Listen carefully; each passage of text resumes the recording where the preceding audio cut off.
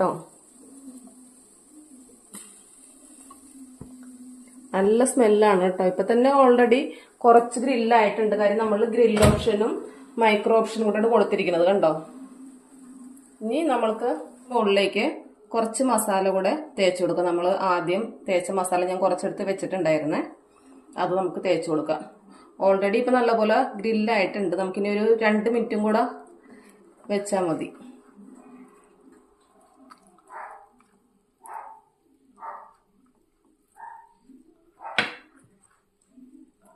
മസാല തേച്ച ശേഷം അതിന് മുകളിലേക്ക് കുറച്ചും കൂടെ ഓയിൽ സ്പ്രെഡ് ചെയ്ത് കൊടുക്കുക.